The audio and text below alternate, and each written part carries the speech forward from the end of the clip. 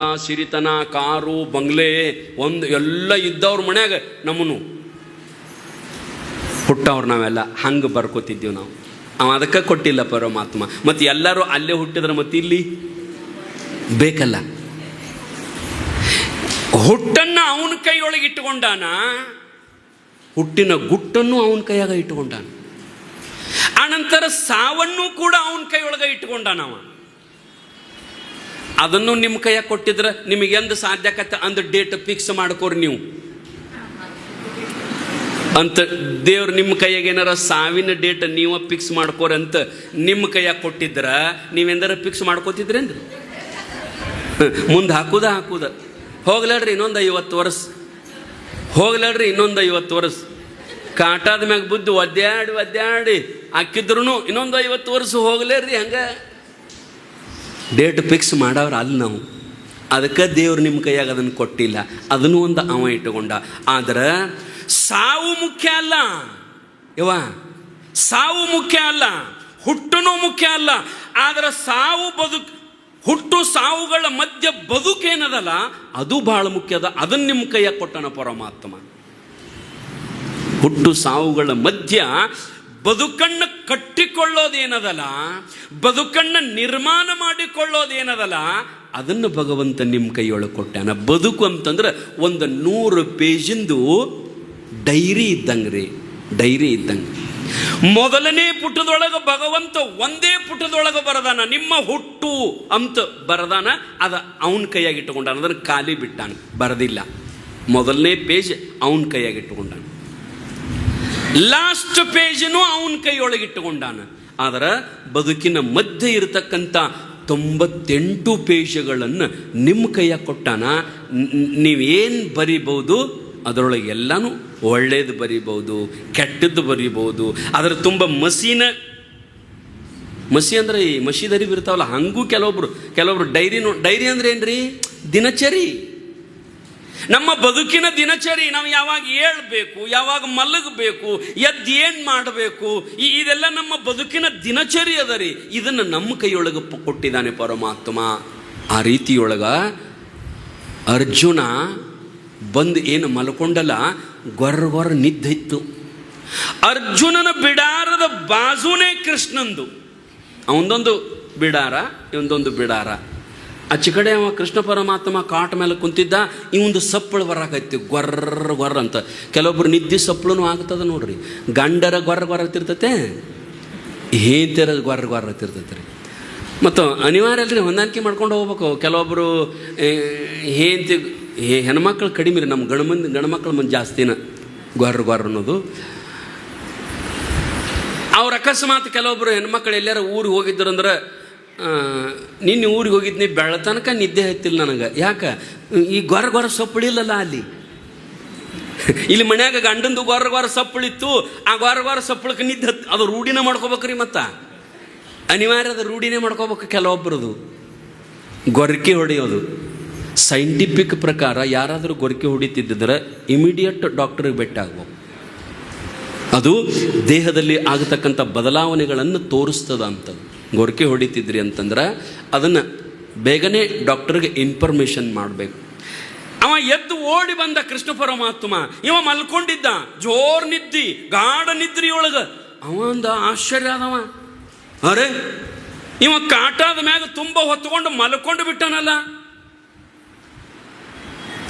ಭೀಷ್ಮಾಚಾರ್ಯ ಪ್ರಮಾಣ ಮಾಡ್ಯಾನ ಏನಂತ, ನಾಳಿನ ಯುದ್ಧದೊಳಗೆ ಇವ ಸಾಯ್ಬೇಕು, ಇವನ್ನ ಕೊಂದೇ ತೀರ್ತನಂತ ಭೀಷ್ಮಾಚಾರಿ ಪ್ರಮಾಣ ಮಾಡ್ಯಾನ. ನಾಳೆ ಸಾಯ್ತಾನಿವ. ಮತ್ತು ಅವೇನು ಸಾಮಾನ್ಯ ಮನುಷ್ಯ ಅಲ್ಲ, ಪ್ರತಿಜ್ಞೆ ಮಾಡಿದವ. ಇವಾಗ ನಾಳೆ ಸಾಯ್ತಾನ ಅನ್ನೋದು ಗೊತ್ತಿದ್ರು ಸಾವಿನ ಚಿಂತೆನೇ ಇಲ್ಲಲ್ಲ ಇವಾಗ. ಆರಾಮ ನಿದ್ದೆ ಹತ್ತಿ ಬಿಟ್ಟದಲ್ಲ ಇವಾಗ. ಹೆಂಗಂತ ತಿಳ್ಕೊಂಡು ಓಡಿ ಬಂದು ಹೊಚ್ಕೊಂಡದ್ದು ಹಿಂಗೆ ತೆಗೆದು ಹೇಳೋ ಅಂದ. ಆಗ ಇವ ಎದ್ದ, ಯಾಕೆ ಕೃಷ್ಣ ನನಗೆ ಧನು ಆಗ್ಯದ ಇವತ್ತು ಯುದ್ಧದೊಳಗೆ, ನನಗೆ ನಿದ್ದೆ ಮಾಡಬೇಕು, ಯಾಕೆ ವ್ಯವಸ್ಥೆ ಅಂತಂದಾಗ ಅವ ಅಂದ, ಎಂಥ ಮೂರ್ಖದಿಯೋ, ನಿನ್ನ ಕೊಲತನಂತ, ನಿನ್ನ ಸಾಯಿಸ್ತನಂತ ಯುದ್ಧದೊಳಗೆ ಪ್ರಮಾಣ ಮಾಡ್ಯಾನ ಭೀಷ್ಮಾಚಾರಿ. ನಿನಗದರ ಚಿಂತೆ ಇಲ್ಲೇನು?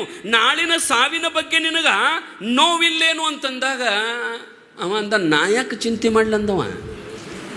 ನಾ ಯಾಕೆ ಚಿಂತೆ ಮಾಡಲಿ, ಮತ್ತು ನೀ ಯಾಕೆ ಮನಗಿಲ್ಲ ಅಂತ ಅವ ಕೇಳ್ದ ಅರ್ಜುನ ಕೃಷ್ಣನ. ನೀ ಯಾಕೆ ಮನಗಿಲ್ಲ ಅಂದ ಕೂಡಲೇ ಅದನೋಪ ನಿನ್ನ ಸಾಯಿಸ್ತಾನಂತ ಅವ ಹೇಳ್ಯಾನಲ್ಲ, ಅದಕ್ಕೆ ನನಗೆ ಚಿಂತೆ ಹತ್ತದ, ನನಗೆ ವಿಶ್ವಾಸದ ನಂಬಿಕೆದ.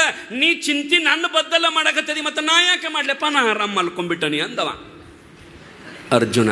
ನನ್ನ ಚಿಂತೆ ನೀ ಮಾಡಕತ್ತೀಯಲ್ಲ, ಮತ್ತು ನಾ ಯಾಕೆ ಮಾಡಬೇಕು? ನೋಡ್ರಿ ಎಷ್ಟು ವಿಶ್ವಾಸ. ಸಾವಿಂದು ಹೇಳಿದರೂ ಅದನ್ನೆಲ್ಲ ಜಗದ ನಿಯಾಮಕ ಪರಮಾತ್ಮ ರಕ್ಷಣೆ ಮಾಡ್ತಾನಂತ ತಿಳ್ಕೊಂಡು ಆರಾಮ ಮಲ್ಕೊಂಡಿದ್ದಂತ. ಹಂಗೆ ನಂಬಿಗಿಡಬೇಕು ಪರಮಾತ್ಮನ ಮೇಲೆ. ಕೊನೆಗೆ ಯುದ್ಧದೊಳಗೆ ಭೀಷ್ಮಾಚಾರ್ಯ ಹೇಳ್ದಂಗೆ ಹಿಂಗೆ ಯುದ್ಧ ಮಾಡಿದ್ರಿ, ಹಿಂಗೆ ಯುದ್ಧ ಮಾಡಿದ ಒಂದು ಬಾಣ ಬಿಟ್ಟರೆ 1 10 10 100 100 1000 ಹೋಗಿ ಪಾಂಡವರ ಪಕ್ಷ, ಪಾಂಡವರ ಆ ಸೈನ್ಯ ಧೂಳಿಪಟ ಆಗಿ ಹೇಳಲಾರದ ಸಂಧಿ ಸಂಧಿ ಓಡಾಕತ್ತಿದ್ರು. ಪಾಂಡವರ ಸೈನ್ಯ ಯುದ್ಧ ಮಾಡಕ್ಕೆ ಒಬ್ಬರೂ ಉಳಿಲಿಲ್ಲ. ಅಂಥದ್ರೊಳಗೆ ಎತ್ತಾಗ ಇತ್ತಾಗ ನೋಡಿದ ಕೃಷ್ಣ ಪರಮಾತ್ಮ ಎಲ್ಲರೂ ಆ ಭೀಷ್ಮಾಚಾರ್ಯ ಯುದ್ಧಕ್ಕೆ ಆ ಬಾಣದ ಸುರುಮಳೆಗೆ ತತ್ತರಿಸಿ ಸಾಯಕತ್ತಿದ್ರು. ಆ ಕಡೆ ಕೌರವರ ಕಡೆ ಲಕ್ಷ ಲಕ್ಷ ಸಾಯಕತ್ತಿದ್ರು, ಈ ಕಡೆ ಎಷ್ಟೋ ಲಕ್ಷ ಸಾಯಕತ್ತಿದ್ರು ಮಂದಿ. ಇದನ್ನು ನೋಡಿ ಕೃಷ್ಣನಿಗೆ ಬಹಳ ಕೆಟ್ಟ ತಾಪ ಆಯಿತು. ಅರೆ ಪಾಂಡವರು ಸೋಲ್ತಾರೇನು, ಪಾಂಡವರು ಸಾಯ್ತಾರನಂತ ತಿಳ್ಕೊಂಡು ಏನು ಕುದುರೆ ರಥ ಹಗ್ಗ ಹಿಡಿದಿದ್ದಲ್ಲ, ಒಮ್ಮೆ ಹಗ್ಗ ಹಿಂಗೆ ಒಗೆದು ಒಮ್ಮೆ ಹಗ್ಗ ಕೈ ಬಿಟ್ಟು ರಥದೊಳಗಿಂದ ಟಣ್ಣಂತ ಕೆಳಗೆ ಜಿಗದ ಆಯುಧಗಳನ್ನು ಹುಡುಕಾಡಕತ್ತಿದ, ಬಿಲ್ಲು ಬತ್ತಳಿಕೆಗಳನ್ನು ಹುಡುಕಾಡಕತ್ತಿದ. ಯಾವೂ ಸಿಗಲಿಲ್ಲ. ಸಿಗಲಾರಕ್ಕೆ ಅಲ್ಲೊಂದು ರಥ ಮುರಿದು ಬಿದ್ದಿತ್ತು, ರಥದ ಗಾಲಿತ್ತು. ಆ ರಥದ ಗಾಲಿ ಹಿಂಗೆ ತಗೊಂಡು ಹಿಂಗೆ ಕೈ ಮ್ಯಾಲ ಮಾಡಿ ಭೀಷ್ಮಾಚಾರಿಗೆ ರಥದ ಗಾಲಿಲೆ ಒಗೆದು ಕೊಲ್ಲಾಕ ಹೊಂಟ. ಭೀಷ್ಮಾಚಾರಿಗೆ ಕೃಷ್ಣ ಪರಮಾತ್ಮ ಹಿಂಗೆ ರಥದ ಗಾಲಿ ತಗೊಂಡು, ನೀ ನನ್ನ ಪ್ರಾಣ, ಪಾಂಡವರು ಅಂತಂದ್ರೆ ನನ್ನ ಪಂಚ ಪ್ರಾಣ, ಅವರನ್ನು ನೀನು ಕೊಲ್ಲಕತ್ತಿಯಲ್ಲ, ನಿನ್ನ ಬಿಡಂಗಿಲ್ಲ ಅಂತ ತಿಳ್ಕೊಂಡ ರಥದ ಗಾಲಿ ಹಿಂಗೆ ತಗೊಂಡು ತಲೆ ಮೇಲೆ ಎತ್ತಿ ಅವನಿಗೆ ಒಗ್ಯಾಕ ಹೊಂಟಿದ್ದ. ಅರ್ಜುನ ಟಾನ್ ಅಂತ ಕೆಳಗೆ ಜಿಗದು ಬಂದ್ರಿ. ಅರ್ಜುನ ಜಿಗದು ಬಂದ ಅವ ರಥದ ಗಾಲಿ ತಲೆ ಮೇಲೆ ಹಿಡ್ಕೊಂಡು ಹಿಂಗೆ ಓಡಾಕತ್ತಿದ್ದ. ಅರ್ಜುನ ಬಂದ ಕೃಷ್ಣನ ಒಂದು ಪಾದ ಒಂದು ಕಾಲ ತೊಡಿ ಹಿಡಿದು ಹಿಂಗೆ ಜಗ್ಗ ಹತ್ತಿದ. ಆ ಕಡೆ ಅವ ಓಡವ, ಈ ಕಡೆ ಅವ ಜಗ್ಗವ. ಬಿಡೋ, ನಾನು ಅವನು ಕೊಲ್ಲಬೇಕು, ನನ್ನ ಪಂಚ ಪ್ರಾಣಗಳು ಪಾಂಡವರು, ಅವರಿಗೆ ನೋವಾದರೆ ನಾನು ತಡೆಯೋದಿಲ್ಲ, ಅವನು ಬಿಡೋದಿಲ್ಲ, ಬಿಡು ನನ್ನಂತ ತಿಳ್ಕೊಂಡ ಕೃಷ್ಣ ಅಂತಿದ್ದ. ಅರ್ಜುನ ಅಂತಿದ್ದ, ಹೇ ಪರಮಾತ್ಮ, ಹೇ ಕೃಷ್ಣ, ನೀನು ಯುದ್ಧ ಮಾಡಬಾರದು, ನೀನು ಆಯುಧಗಳನ್ನು ಹಿಡಿಬಾರದು. ಯಾಕಂದ್ರೆ ನೀನು ಆನೆ ಮಾಡಿ, ನೀನು ಪ್ರಮಾಣ ಮಾಡಿ 18 ದಿನ ನಡೆಯತಕ್ಕಂಥ ಮಹಾಭಾರತದ ಯುದ್ಧದೊಳಗೆ ನಾನು ಆಯುಧಗಳನ್ನು ಹಿಡಿಯೋದಿಲ್ಲ ಅಂತ ಆನೆ ಮಾಡಿಯಲ್ಲ, ನನ್ನ ಸಲಾಗಿ ನೀನು ನಿನ್ನ ಆಣೆಯನ್ನು ಪ್ರಮಾಣವನ್ನು ಮುರಿಬೇಡಪ್ಪ ಬಾ ಅಂತಿವ ಜಗ್ತಿದ್ದ. ಅವ ಮುಂದೆ ಹೊಕ್ಕಿದ್ದ.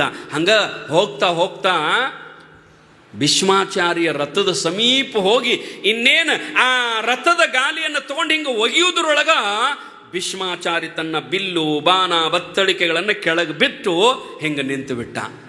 ಕೃಷ್ಣ ಹೋಗಿ ಅಂದವ, ನನ್ನ ಜನ್ಮ ಸಾರ್ಥಕ ಆಯಿತು. ಯಾಕಂದ್ರ ನಾನು ಗೆದ್ದೆ ಇಲ್ಲಪ್ಪ. ನಾ ಏನು ಹೇಳಿದ್ನಿ, ನಾಳೆ ನಡೆಯತಕ್ಕಂಥ ಯುದ್ಧದೊಳಗ ಕೃಷ್ಣ ಪರಮಾತ್ಮನನ್ನ ಆಯುಧವನ್ನು ಹಿಡಿಸೇ ತೀರ್ತನಂತ ನಾನು ಪ್ರಮಾಣ ಮಾಡಿದ್ನಲ್ಲ, ನೀನು ಆಯುಧ ಹಿಡಿದೆಯಲ್ಲ, ಸಾಕು, ನಾನು ಯುದ್ಧವನ್ನು ಬಿಟ್ಟು ಬಿಡ್ತನಂತ ಬಿಲ್ಲು ಬತ್ತಳಿಕೆಗಳನ್ನು ಕೆಳಗೆ ಹೋಗದಾಗ ಕೃಷ್ಣ ಅಂದಂತರಿ, ನಾ ಎಲ್ಲಿ ಬಿಲ್ಲು ಬತ್ತಳಿಕೆಗಳನ್ನು ಹಿಡ್ದೇನಿ, ಸೋಮ ರಥದ ಗಾಲಿ ತಗೊಂಡು ಬಂದನೆ ಅಂತಂದಾಗ ಭೀಷ್ಮಾಚಾರ್ಯ ಅಂದಂತ, ಸಾಯುವ ಸಂದರ್ಭದೊಳಗೆ ನೀ ಏನು ತಗೊಂಡ್ರು ಅದು ಆಯುಧ ಕೃಷ್ಣ. ಸಾಯುವ ಸಂದರ್ಭದೊಳಗೆ ಇನ್ನೊಬ್ಬನಿಗೆ ಎದುರಾಳಿಯಾಗಿ ಹೋಗುವಾಗ ನಿನ್ನ ಕೈಯೊಳಗೆ ಏನಿರ್ತದಲ್ಲ, ಅದು ಕ್ವಾಡ್ಲಿರಲಿ, ಅದು ಕುಡುಗೋಲಿರಲಿ, ಅದು ಕಲ್ಲಿರಲಿ, ಅದು ಏನಾರ ಒಂದು ಬಡಿಗಿರಲಿ, ಅದು ಆಯುಧ ಅಂತ ಆಗ್ತದೆ ಕೃಷ್ಣ. ನೀನು ಸೋತಿಯಪ್ಪ, ನಾನು ಗೆದ್ದೆ ಅಂತ ಭೀಷ್ಮಾಚಾರ್ಯ ಹೇಳಿದಾಗ ಆಗ ಕೃಷ್ಣ ಪರಮಾತ್ಮ